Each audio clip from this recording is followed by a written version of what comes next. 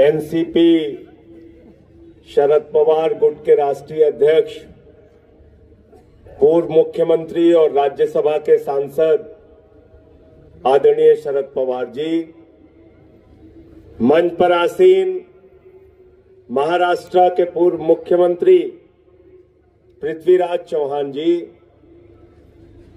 मंच पर आसीन इस क्षेत्र के लोकप्रिय सांसद और जिनको आपने पिछली बार 1 लाख वोटों से जिताने का काम किया, ऐसे श्रीनिवास पाटिल जी,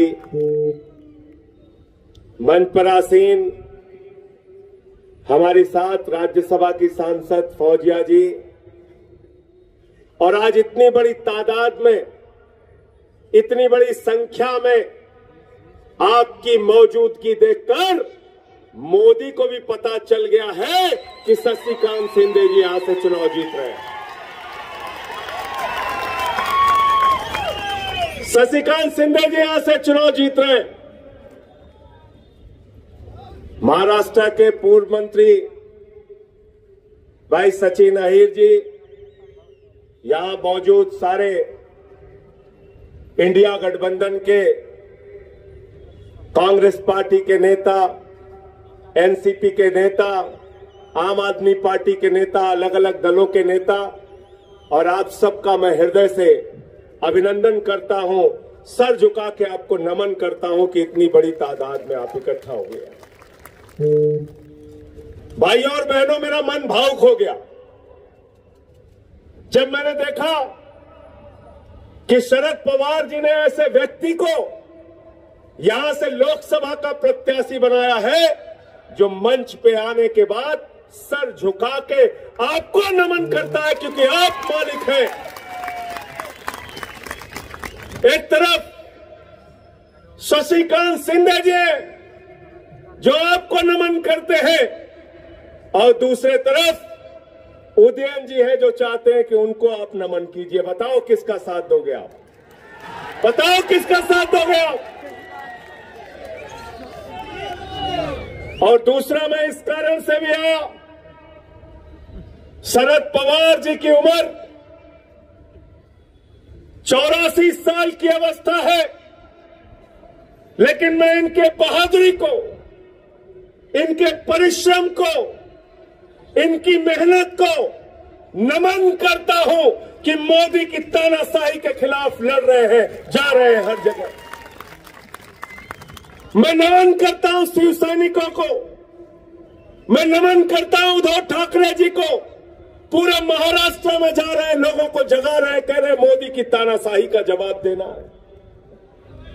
आज भारत के प्रधानमंत्री ऐसी भाषा बोलते हैं, शर्म आती है मुझे।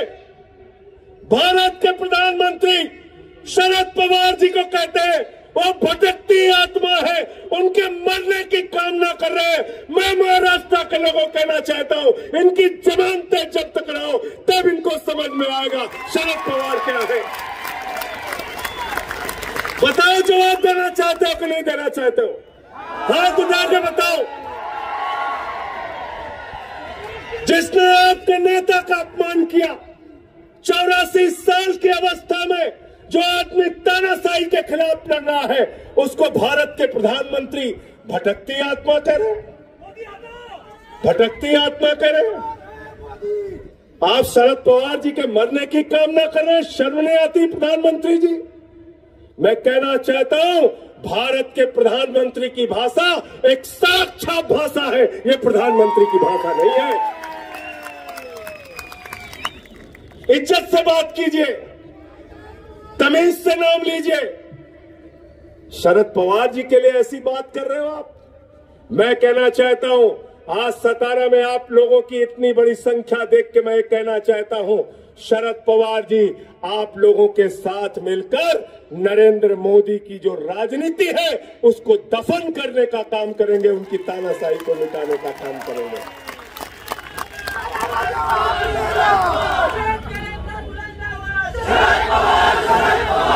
पिछले चुनाव का वो वीडियो आज भी उत्तर प्रदेश और बिहार के गांवों में भी लोग देखते हैं।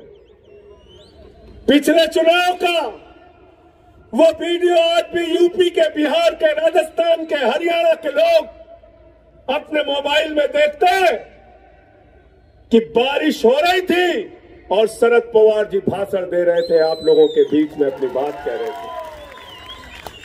पाटिल साहब, यही मैदान था, यही मैदान था, यही मैदान था, यही मैदान था कि नहीं था? और आपने महाराजा जी को हरा दिया था, इस बार भी हराओगे ना? मुझे पता चल गया, मुझे पता चल गया कि महाराज जी हारने वाले हैं। आप पूछोगे कैसे पता चला? शशिकांत जी, शिंदे साहब, मैं आज कुछ लोगों से बातचीत कर रहा था। मैंने कहा भाई आज कौन जीत रहा है? बोले शशिकांत जीत रहा है। मैंने कहा कैसे जीत रहे हैं? बोले देखो भाई, हम लोग मानते हैं छत्रपति शिवाजी महाराज जी को, और छत्रपति शिवाजी महाराज आदिल शाह के सामने नहीं झुके, हमारे उदयन महाराज अमित शाह के आगे झुक गए।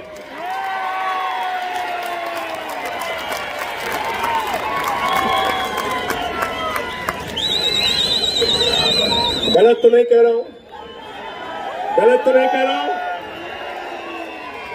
मुझे तो पता नहीं थी ये बात, मुझे तो ये बात पता नहीं थी। यहाँ गृह मंत्री जी आपके महाराष्ट्र के अनिल देशमुख भाई बैठे हैं, बहादुर इंसान है, तालियां बजाइए इनके लिए। 14 महीने जेल में रहे, रुके नहीं। ऐसे बहादुर लोगों की जरूरत है महाराष्ट्र को। आप बताइए, उस आदमी की बात सुन के मैं हैरान हो गया। कहता है छत्रपति साहू जी महाराज जी आदिल शाह के आगे नहीं झुके, हमारे उदयन महाराज अमित शाह के आगे झुक गए। मैंने कहा हुआ क्या, क्यों आप इतना दुखी हैं? अरे बोले टिकट के लिए 5 दिन अमित शाह से मिल नहीं पाए दिल्ली में। ऐसा हुआ है क्या? ऐसा हुआ ना? ऐसा हुआ ना? ऐसा हुआ। फिर मैं आपसे कहना चाहता हूं कि जिन लोगों ने मैंने सुना था कोई सोना चोर होता है, कोई बाइक चोर होता है, लेकिन यहां तो नरेंद्र मोदी जी और उनकी पार्टी चोर हो गई है। शरद पवार जी की घड़ी चुरा ली इनकी। उद्धव ठाकरे जी का तीर कमान चुरा लिया नहीं चुरा लिया? उद्धव ठाकरे जी मसाल लेके निकल गए और हर युद्ध के लिए शरद पवार जी आप लोगों के साथ मिलकर महाराष्ट्र के स्वाभिमान के लिए, राष्ट्र के स्वाभिमान के लिए, देश के स्वाभिमान के लिए इस तानाशाह को हटाने के लिए तैयार है। जिन लोगों ने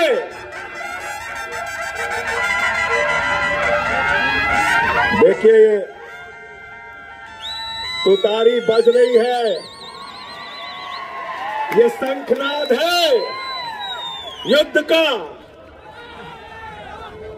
जिन लोगों ने बाला साहब ठाकरे और उद्धव ठाकरे जी की तीर कमान चुराई है, जिन लोगों ने शरद पवार जी की घड़ी चुराई है, उनकी जमानतें इस बार जमानतें जब्त करा के 48 की 48 सीटों पे हराने का काम कर रहा है। 48 की 48 सीटों पे हराने का काम करना। मुझे तो देख के बड़ी शर्म आ रही थी। मैंने अनिल देशमुख भाई से कहा, मैंने कहा ये क्या हो रहा था आपकी विधानसभा में? बोले क्या? मैंने कहा वहां नारा लग रहा था 50 खोके एकदम ओके, 50 खोके एकदम। जिन लोगों ने अपने आप को बीजेपी के हाथों में बेचने का काम किया है, उनको इस बार चुनाव में आप हराने का काम करना, उनको जवाब देने का काम करना। क्योंकि हम छत्रपति शिवाजी महाराज की धरती पे खड़े हैं और छत्रपति शिवाजी महाराज का एक सबसे बड़ा संदेश है जो पूरे हिंदुस्तान को वो देते हैं, पूरे महाराष्ट्र को देते हैं। वो संदेश है गद्दारों को माफी नहीं। गद्दारों को माफ करोगे क्या? गद्दारों को माफ करोगे क्या? गद्दारों को माफ मत करना और मोदी जी के चक्कर में बिल्कुल मत पड़ना भाई। मोदी जी के चक्कर में बिल्कुल मत पड़ना। इस देश की जनता को बहुत ठगा मोदी जी ने। मोदी जी के बारे में मैं तो एक ही बात कहता हूं, गंजे को भी कंघी बेच सकते हैं मोदी जी। इतना बड़ा झूठा प्रधानमंत्री मैंने आज तक इस धरती पे देखा ही नहीं। क्या बोले? बोले भाइयों और बहनों 2 करोड़ नौकरी हर साल देंगे। 20 करोड़ नौकरी मिल गई क्या? कहने लगे किसानों की आमदनी 2 गुना करेंगे। 15 अगस्त 2022 तक सबको पक्का मकान देंगे। इतना काला धन लाएंगे, इतना काला धन लाएंगे कि हर आदमी के खाते में कितना जमा हो जाएगा? सबको याद है, कोई भूला नहीं है। 15 पैसे नहीं मिले, सबको धोखा देने का काम किया। तो इस देश के नौजवान कह रहे हैं, मैं इस देश का नौजवान हूं, मैं कह रहा हूं मोदी की गारंटी की कोई गारंटी नहीं है। हमारी माताएं बहनें कह रही हैं मोदी की गारंटी की कोई गारंटी। हमारे किसान कह रहे हैं मोदी की गारंटी की कोई गारंटी। क्या करे? 400 पार, 400 पार, 400 पार। मुझसे पत्रकारों ने कहा संजय सिंह जी मोदी जी कह रहे हैं 400 पार। मैंने कहा वो 600 पार भी कह सकते हैं, 600 पार कह सकते हैं। बोले नहीं आप तंज कर रहे हैं। मैंने कहा नहीं, हम भारत का चुनाव लड़ रहे हैं, वो अखंड भारत का चुनाव लड़ रहे हैं। उनकी कुछ सीट पाकिस्तान से भी आएगी, कुछ बांग्लादेश से आएगी, कुछ श्रीलंका से आएगी, कुछ नेपाल से आएगी, जो बची रहेगी वो अफगानिस्तान से आएगी। पता है कि नहीं पता आपको? तालिबान को 200 करोड़ रुपए दिया प्रधानमंत्री ने, 200 करोड़। पता है आपको? 50,000 टन अनाज दिया है, गेहूं दिया है, 20,000 टन गेहूं दिया है 2 बार में।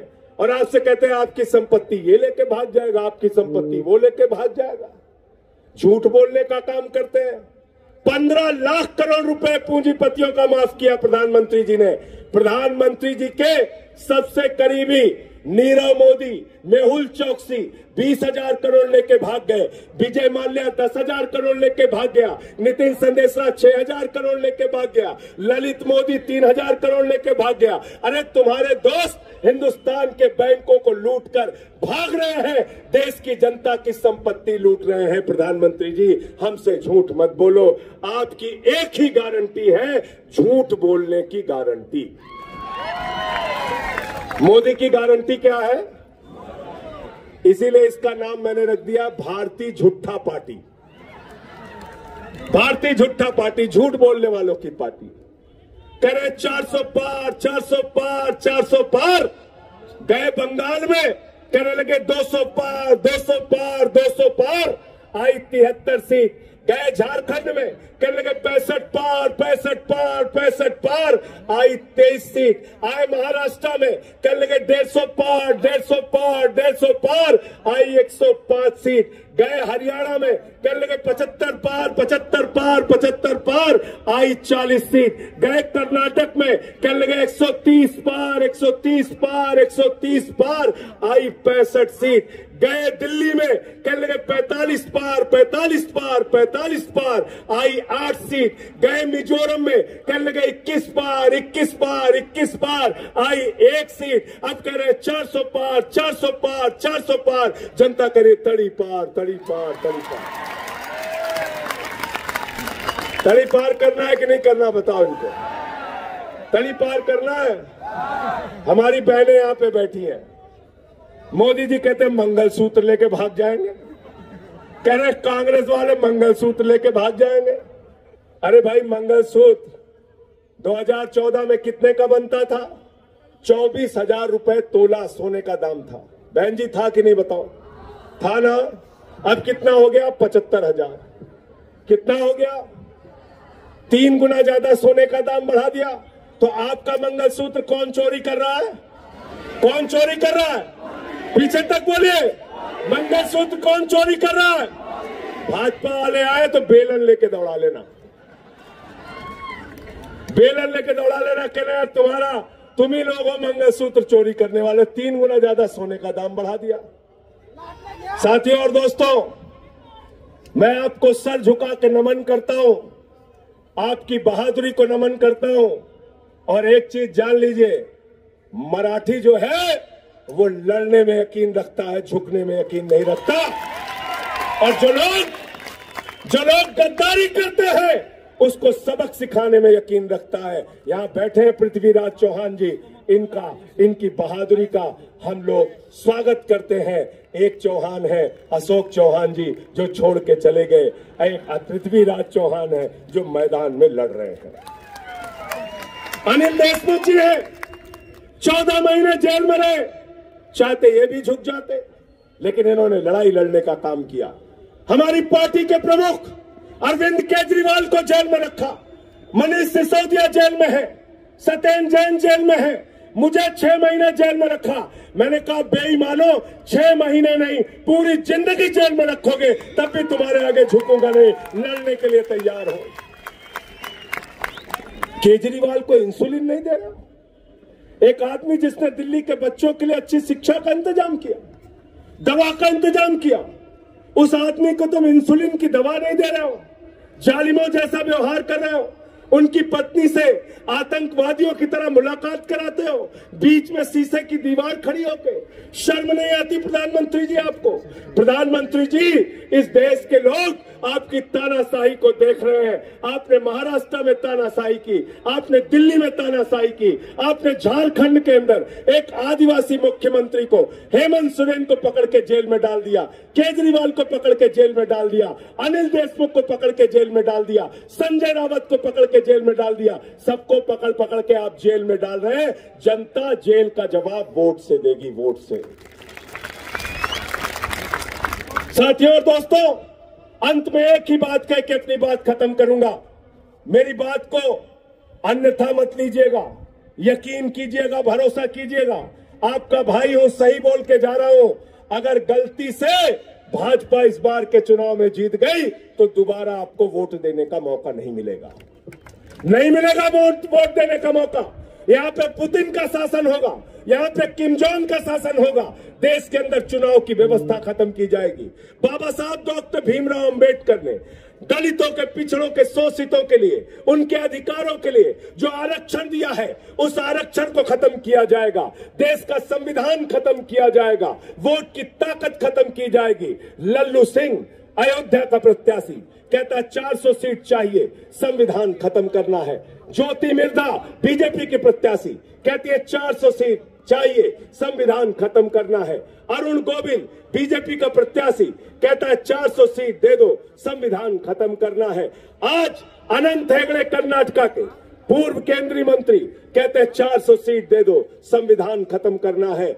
इस सतारा के ग्राउंड में हम सब शपथ लेते हैं, कसम खाते हैं, जो बाबा साहब के संविधान को खत्म करने की कोशिश करेगा उसकी राजनीति को हम लोग खत्म कर देंगे। उसके लिए चाहे जो कुछ भी न्यौछावर करना पड़े, उसके लिए हम तैयार हैं। आप सबका हृदय से बहुत बहुत आभार, बहुत बहुत धन्यवाद कि इतने प्यार से आपने मुझे सुना। मैं फिर से हाथ जोड़कर आपसे विनती करने के लिए आया हूं।